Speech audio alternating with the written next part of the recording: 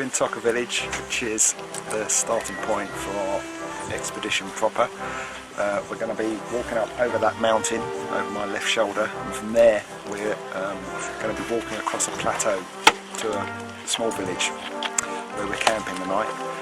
And from there I think we're going to go and explore some caves where some pots contain human bones, so I'm told. I'm looking forward to getting on with it now.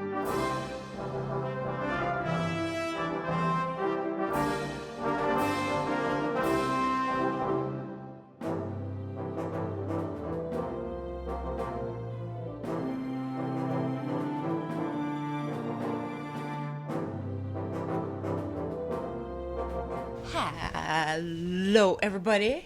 Oh, you said hello first this time. I did. Raced you. You racer, you're racy. Racist. Hello, everyone. Hello, everyone. So, based upon the suggestion of anonymous commenter, we're looking at a random object from our house, except it's not random. No doorbells this time. It's not random. We've chosen it specifically.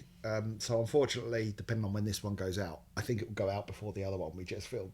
So Is there a reason for that? Yeah, because the other one will be more difficult to edit. Oh, okay. That makes sense. Of course, it gives you a bit of time to film the books. Yeah, well, it's not going to take that long, but None of this will mean anything to you. it's a mystery. It's a mystery. He's back. Who is? The Brucey. No, that was my Toya Wilcox They all impression. sound the same, though. It's a mystery. Who is the mystery? I don't know who that is. Toya. I don't Anyway. know. I only know LaToya. LaToya Jackson. It's not LaToya Jackson. Anyway, we digress wildly. So it's unfortunately it's another bit me, but it's a good story, this one. That's a good story, that, is it? This is going to be a good story based upon this Dun, dun, dun. item, which looks like the sort of thing you pick up in HomeSense or 2K Max, doesn't it? But this is the original. But This this is the isn't. real deal. This is an item that I picked up in Guyana, which Guyana is not Ghana, which I, like many other people, when I was invited to go there, thought I was going to be going to Ghana in Africa, but I'm not. I wasn't. And I'm not. It was Guyana in South America. Now, this is some of you may be aware that I went to Guyana in, I think, 2007? You don't know, do you? I wouldn't have a clue. It was a couple of years before I met you. Oh, was it? That soon before you met me? Well, yeah, a couple of years. Oh, really? Um, I thought it was way before. It No, I don't. doesn't taste very nice. Good. You deserve that. But how do I start this? So wait, I used to have my blog. Yeah. Wait, I just need to know. Was it French Guyana or Just British Guyana? I think it's British technically Guyana? British Guyana, but it's just Guyana. I can't remember. Is it not two Look, countries? here's something I'm going to preface all this with. It was a long time ago. I'm not an expert, and my memory is probably flawed, but I'm going to try and drop in some photos and bits of video along the way. Okay. And I probably will have trimmed this intro a bit by then because Probably needs trimming. This is rambling. Yeah. So I used to have a blog that I years ago called Biffo Vision, not related to the TV pilot of the same name. And that was what I did sort of straight after Digitiser for a way to keep up writing, which I enjoyed. And I got a message one day on that blog from a gentleman called Jonathan Downs, who claimed it was only the second piece of fan mail he'd ever written. Wow, that's. Can you guess who the other or the first was? Oh Two. no. Yoko Ono. The only fan mail he'd ever written was to me and I Yoko can't see Ono. the connecting link between Anyway, you and Yoko Ono. I read it. I thought, oh, that's nice. How lovely of him. And then I saw that his signature at the bottom, that he was from an organisation called the Centre For Fortean Zoology. And it was like, what? Yeah, I used to read the Fortean Times, which is all about the weird in the world. And I wanted to know more, so I replied to him and sort of said, tell me more about yourself. I mean, I can't remember the specifics, but John might remember better than me. And he invited me on an expedition with them. That's so which cool. Once a year they used to go on, they went all over the place. I mean, check out their website. There'll be links at the bottom of this video. Traveling the world looking for monsters. They've been to some pretty cool places as Yeah. well, haven't they? I remember they went to some hidden valley I can't remember where it was. As I say, I'm not an expert on any of this, but they were on in a rather unflattering fashion on Penn and Teller's Bullshit as well, an episode of that, where they were mocked, and I think they were stitched up in that. But as someone who I wasn't a believer in the unexplained, less so than you are. You love. I'm curious about it. I'd say I like to stay open-minded about it. Well, I've always said I know you're amused by it. I've always said I'm a optimistic skeptic when it comes to UFOs and monsters and ghosts and stuff like that. Yeah. Because I'd love to believe that it was all true. I just don't believe that it is necessarily. And I think, John, by the time I got to know them, John and Richard Freeman, who was sort of his second in command at the CFZ, I was quite open about all this. But anyway, I got invited to go on an expedition, so I arranged to meet them down in Devon. And I learned then the extent to which they were Digitiser fans. Oh, wow. They had a cat named Helios 7, which was, I think, we, for April Fool's Day, once announced that we were changing the name of Digitiser to Helios 7. That is a good name for a cat. It's a good name for a cat. And John lived in this big kind of house in, I can't remember the name of the village. It's been years since I've seen John, and I must rectify that. But, and it was full of kind of items that they'd acquired, like a sort of Bigfoot kind of plaster cast, and that is so cool. Weird wormy things in tanks and stuff. Yeah. Anyway, so I was there to talk about this expedition that they had planned to Guyana, which they somehow managed to get sponsorship from Capcom, and of course have a series of games called Monster Hunter. And I think it was the first time they ever got sponsorship like that. So all our sort of flights and stuff were covered. I don't believe that my so good. I don't think my involvement resulted in that, but certainly I've lost my thread. But anyway, it certainly didn't hurt. Yeah, Mr. Biffo, games journalist, 90s icon.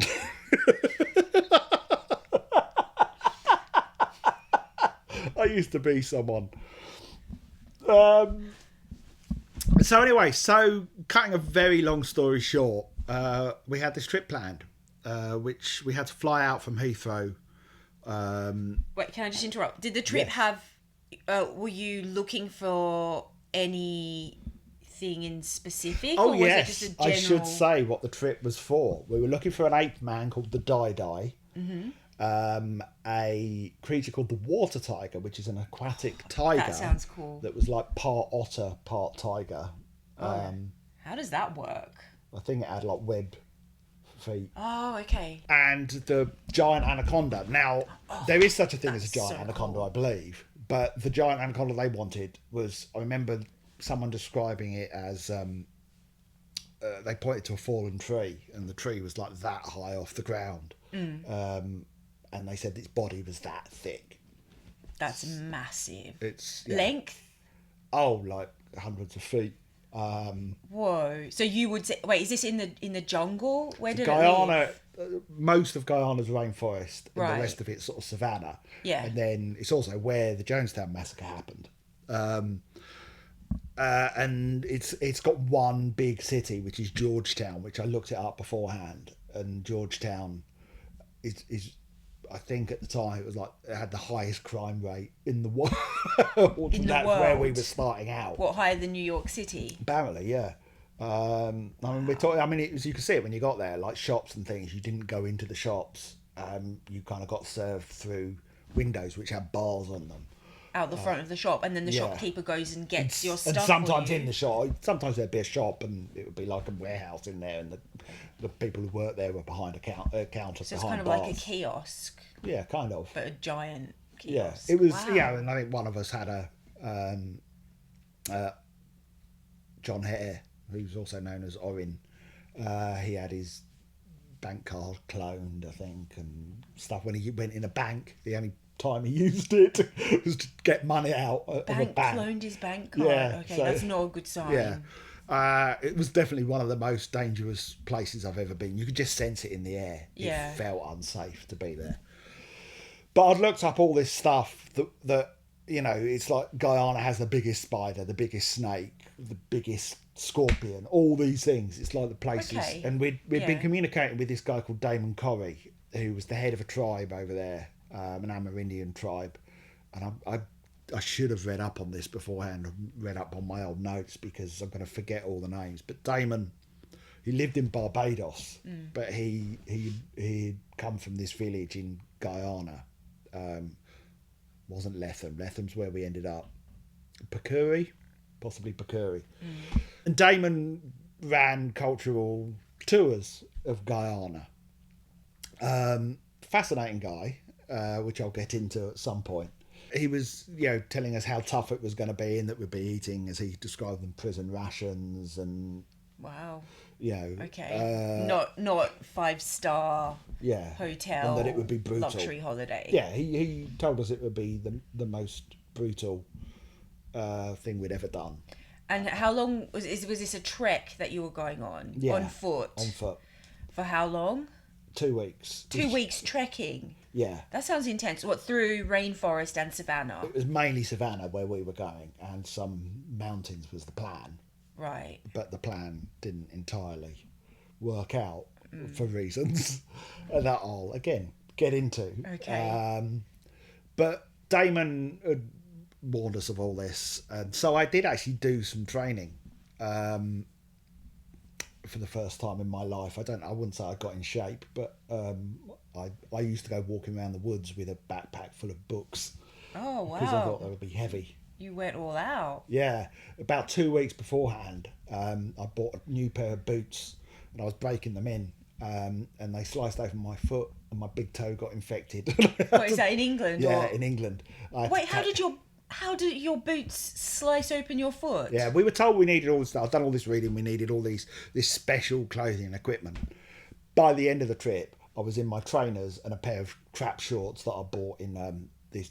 Oh, that's always the way. Yeah, and that was fine. The crap trainers are the most comfortable. But we'd gone out shoes. there with long trousers and like heavy boots and all this stuff, and all it served to do was make the trip more uncomfortable. Wow. So I'd done some training. I remember meeting with the group. It was Richard Freeman, who I believe was a former grave digger, zoologist, and worked in a hospital. That is a very unique CV. Yeah. Then Lisa Mallam, who was, I believe, a Hell's Angel and bouncer. Wow. Owen Hare never quite worked out what he did, and Chris Clark, who was older than all of us and fitter than all of us. And Chris worked for Halliburton, and as they jokingly described him, he was part of the Illuminati. Well, did he say he was part of the Illuminati, or was he just chuckled when it was mentioned? Chris was an enigma. Richard I clicked with, Lisa I clicked with, John I kind of clicked with, kind of wanted to kill one night, but I'll get into that.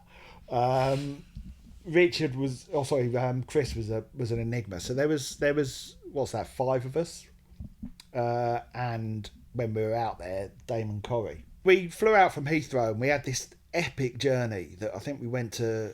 Oh God, was it via like Trinidad or somewhere like that, and then on to another flight to Georgetown in Guyana. And sorry, I realise I'm just talking. That's your story. Okay. Feel free to interrupt at any point. I don't have much to add. If you want any clarity. Yeah, I will. And from there then to Georgetown, where we were in Georgetown for a day, but we drove out. It was about a 2-hour drive out to Damon's Village, where, you know, we were all massively jet lagged. But we went to Damon's Village for lunch, where we were shown a scorpion, which had all these babies on its back, which I think I've shown you in the photo, and it sets off your tryptophobia. Scorpion. Yeah. And how long ago was this captured? It's like over a month back. Yeah, young one. Yeah. Young one daddy back. Yeah. How old are you now? The young one now he kind of like the stage, you know. Yeah. Mm-hmm. So you got a cricket? Yeah. He's feed it once a week. And a snake Sorry, we were shown, which Richard decided was a new breed of snake that had never been discovered. So kind of right from That's the pretty off, cool. they'd found a new creature. I've never seen a rainbow boa with that coloration before. No. They've always been much more sort of pink or orange. More colour. iridescency on the lilac-y side. Yeah. More shimmer, yeah. Upon our return to England, we found that this colour morph of the rainbow boa is actually found generally in Colombia, which goes to show, even as a professional reptile keeper, you can always find out something new.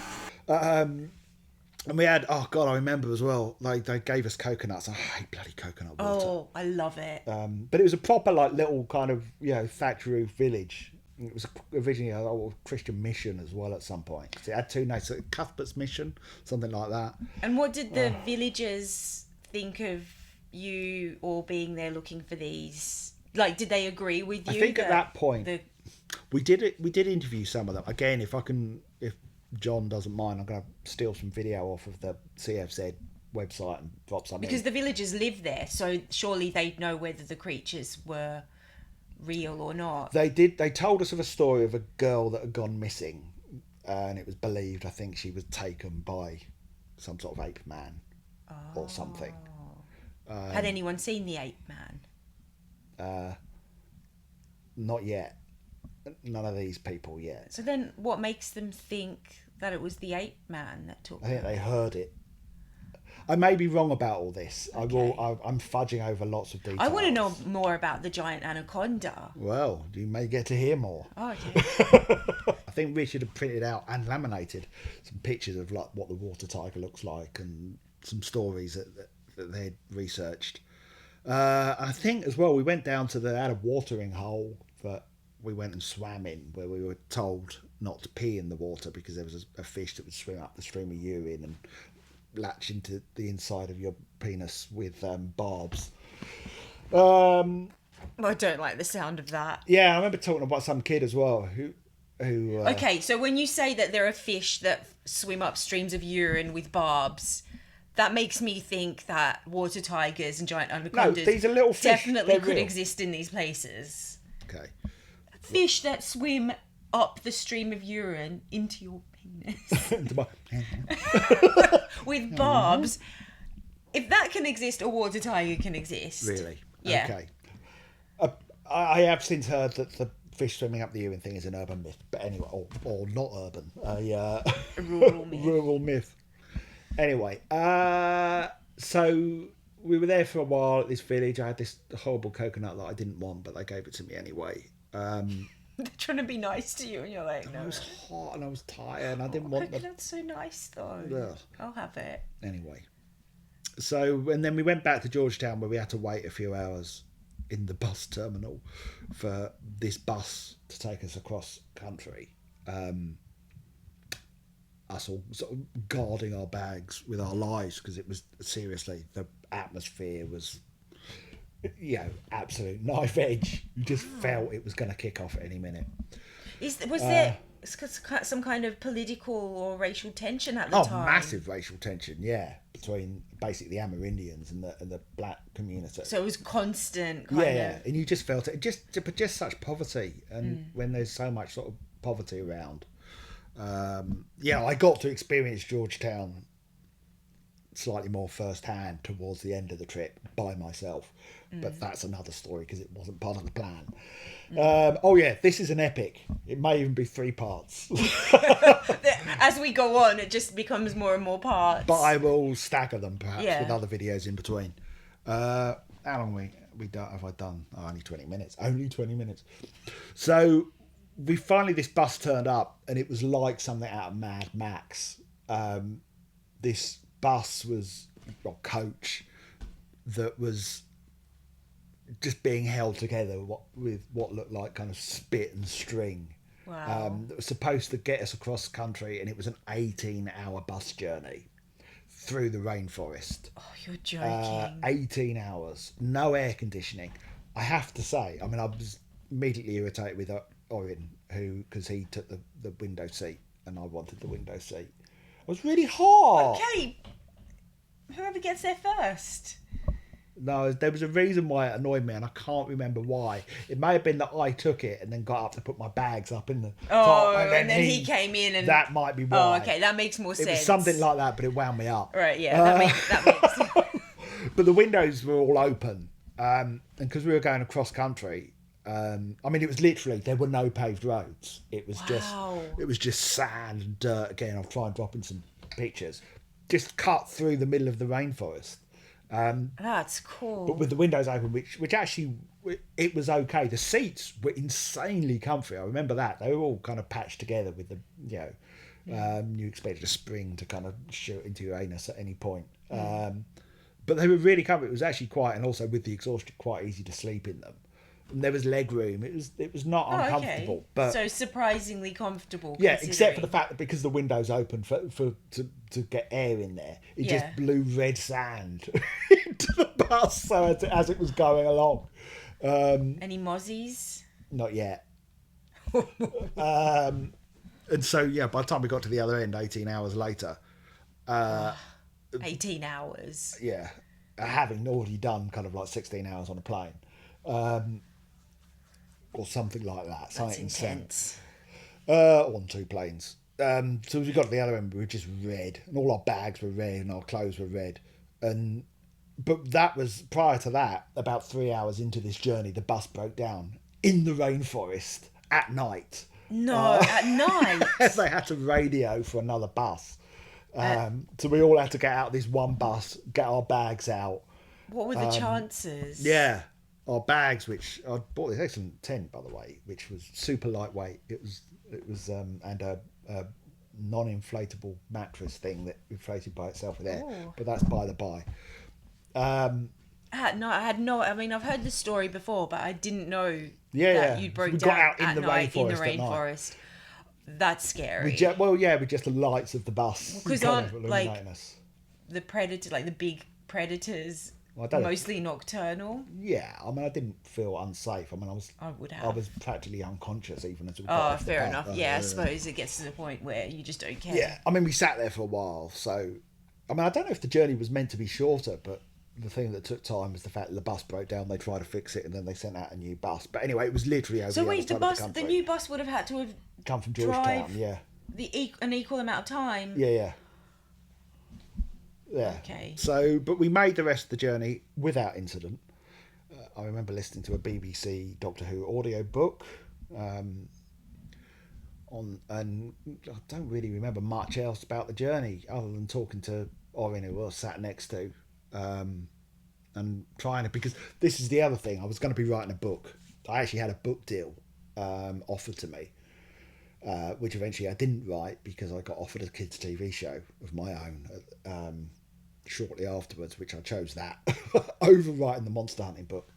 So I was sort of interviewing the guys at the same sort of time as just experiencing what was going on. But we got out the other side of the rainforest into the savannah, which was mountains and flatness and just indescribable heat. I mean, there were a couple of stops on the way. We stopped for lunch at this place, which again in the rainforest, but it was a surprisingly nice sort of restaurant, kind of in the rainforest with no. That's pretty cool. Yeah, we didn't see, other than that, any sort of life anywhere. Does Guyana get a lot of tourism? No, because it most of the. So who was this nice restaurant catering to? Don't know, locals. Well, no, I have a theory. Loggers, because we did see signs of deforestation. That's really sad.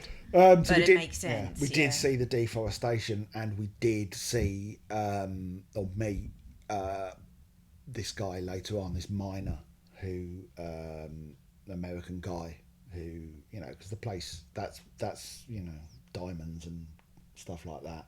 Really? Yeah.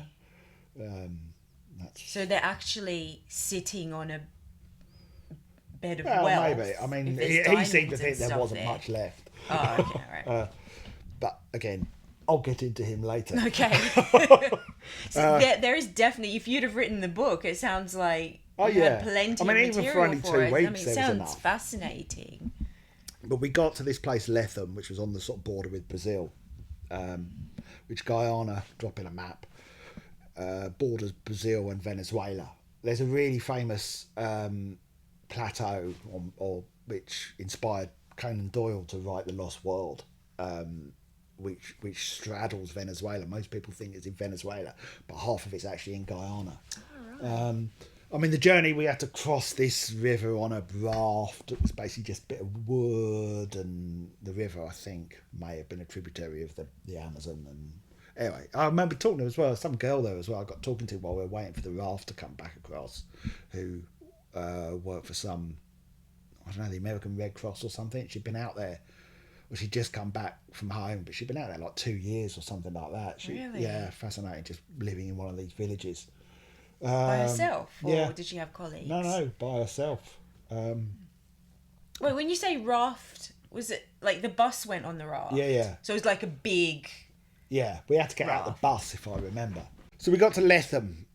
We checked into a hotel. Lethem was basically just a few buildings.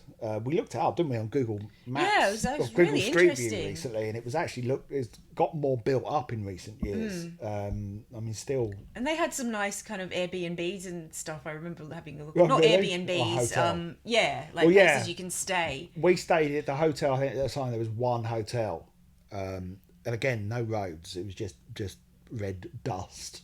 Wow. And there was one shop, which when we got there, it was like, this is stupid, I'm buying some shorts. So I went to this shop, and the only shorts I could get were these massive basketball shorts. It was just ridiculous.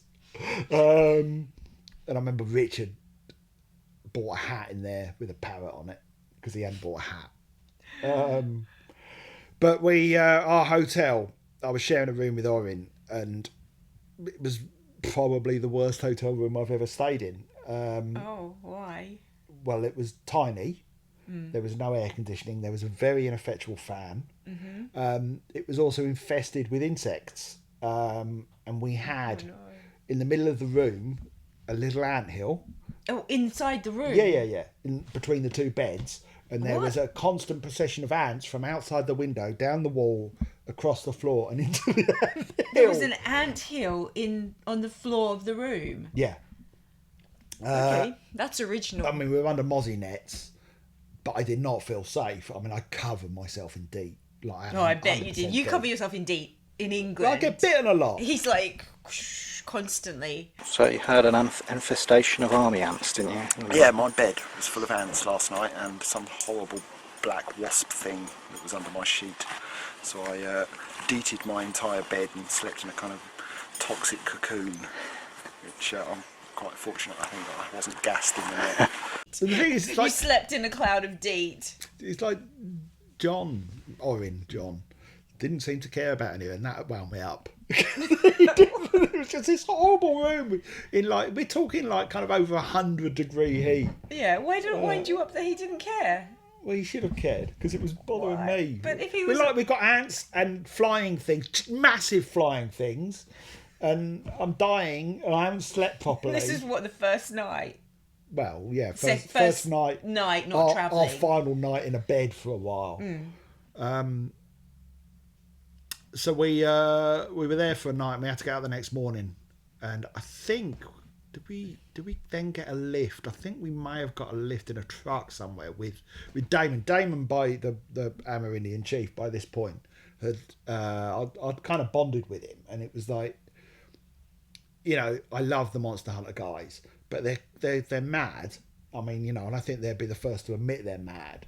So Damon, it was great because I was hanging on to this guy who seemed kind of, you know, a regular guy. You know, he liked Coldplay, and he really liked Sorry, sitcom, the BBC sitcom with Ronnie Corbett. Because I remember him asking me in the back of the truck, "Oh, what that show? I really like that show with Timothy, where he's like, 'Sorry, mother, what's it called?'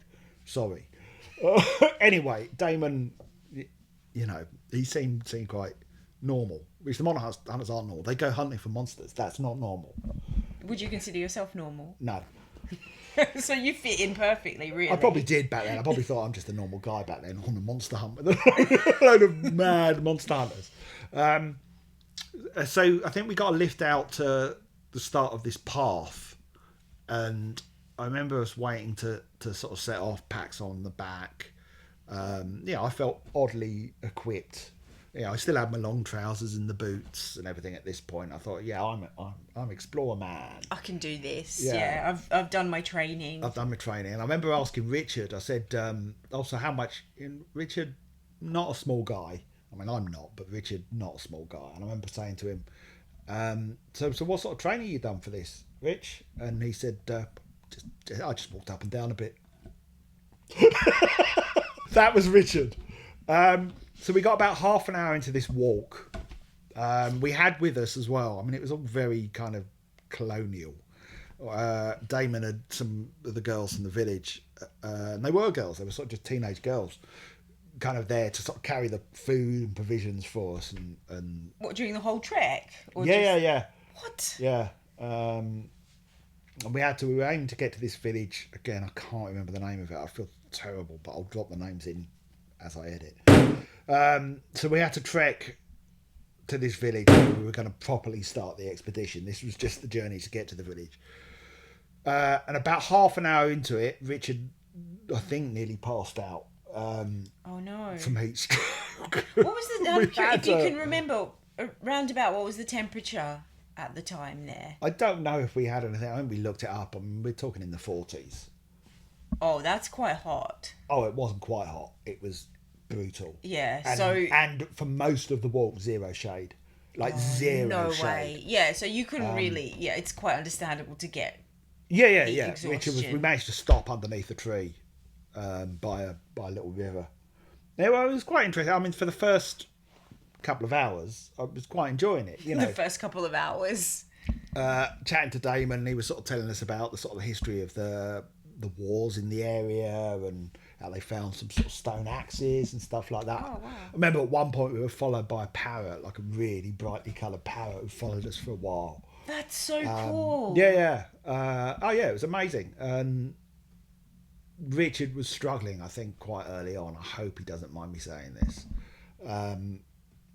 But then we'd also asked John Oren about his shoes, which for some reason he'd decided to wear some like kind of sensible shoes, as in the sort of shoes you'd wear to the office, but they weren't. Like leather sort of lace up? Yeah. Business shoes. And he didn't or have smart shoes. Yeah, he shoes. didn't have any other shoes that he'd brought with him, walking boots, for instance, or No no trainers? trainers, and they weren't in the best of nick anyway. These shoes, and then at about the sort of 3 hour mark, about just under halfway, not even halfway to where we were meant to get, we were faced basically with a cliff in front of us, and we were all like, Jesus Christ! What, a cliff to climb up or? Climb up. Oh, you're joking. Yeah, by this point fatigue had started to set in. In 40-degree heat or getting higher. thirsty. I'd got sterilising tablets and a pump thing. It was a magic straw thing, but I think you pump the water through and it filtered it. I'd drunk out the garden I think I've pond seen at those one before. point. But there was nowhere to get water. There was nowhere to I wouldn't refill this cope. stuff. I would not It was cope. the driest place you've ever been. And we were faced with this cliff, and we were all like, Jesus Christ, there's no getting up that with our packs. And then the girls from the village, they just like run up it like mountain goats. Yeah, they're used to Kind it. of like carrying huge buckets of rice with them. Oh, and there are you guys all struggling. Yeah, and to add insult to injury, I think I got up there. I actually think I got up there, but they did have to help some of us with our bags. How long did it take to get up there? I don't know. Probably Because you wasn't- had really heavy backpacks. Yeah, as I say, I think I got up there, but a lot of stopping on the way up. And they just, like, Understandably. run up there. So we got to the They top. say, I'm sorry, no, this is completely off topic, but they say people who live in areas with mountains and like sort of hilly areas are usually like the healthiest and longest living because it's going up and down the mountain. Coming down actually keeps I can you believe it. Yeah. fitter than going up. Yeah. I can believe this. Well, apparently this journey we were on, it was like some kids did it for school every day. What? No. Well, a couple of hour journey. It wasn't a couple of hours, about 7 hours. 7-hour journey. Or to go to some school. one of them did it on a, or they do it on a donkey or something. That Some would still, kids I we mean, I met. don't know how fast donkeys go. That would still take quite a while. Anyway, sorry. So we got to the Digress. top, we sat, but it was as we got to the top that it was orange shoes fell apart. And we still had like 4 hours to go. I mean, we're talking like fell apart. What did he do? We had you some, can't do that walking bare I feet. think we had some tape, or someone had some tape with them. And we just taped them to his feet. He walked up a cliff in taped up shoes. No, I think they fell apart once we were at the top. We taped them up when they were at the top. And But he still had to continue walking. yeah. That was like the first day of the trek. Yeah. What did he do? He carried on with his shoes taped up, I think. The whole 2 weeks? Yeah, well, yeah, I think so. Correct me if I'm wrong. That can't have been comfortable. He didn't seem to care. Anyway, so we carried on for another 4 hours. I mean, and it was because at the top was just like a plateau, and that was endless. And the heat up there was just not changing as well. The view and the heat was just brutal. I mean, we'd stop every now and then where there was a vague rock or something to try and shelter behind, but there was zero shelter. When you were on this walk, sorry to interrupt, when you were on this walk, were you headed to a destination Yeah, to do monster this hunting, village. or were you monster hunting as you walked? No. The village was going to be our base that we would then. Oh, or so the this next is step. getting to the It was like a base. kind of. It was. I think the plan was a kind of almost. It was like a route and then back. Right.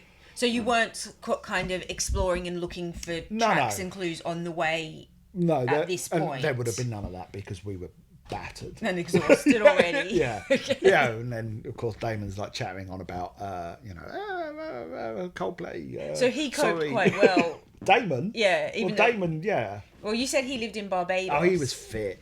Okay. Yeah, he was a healthy boy.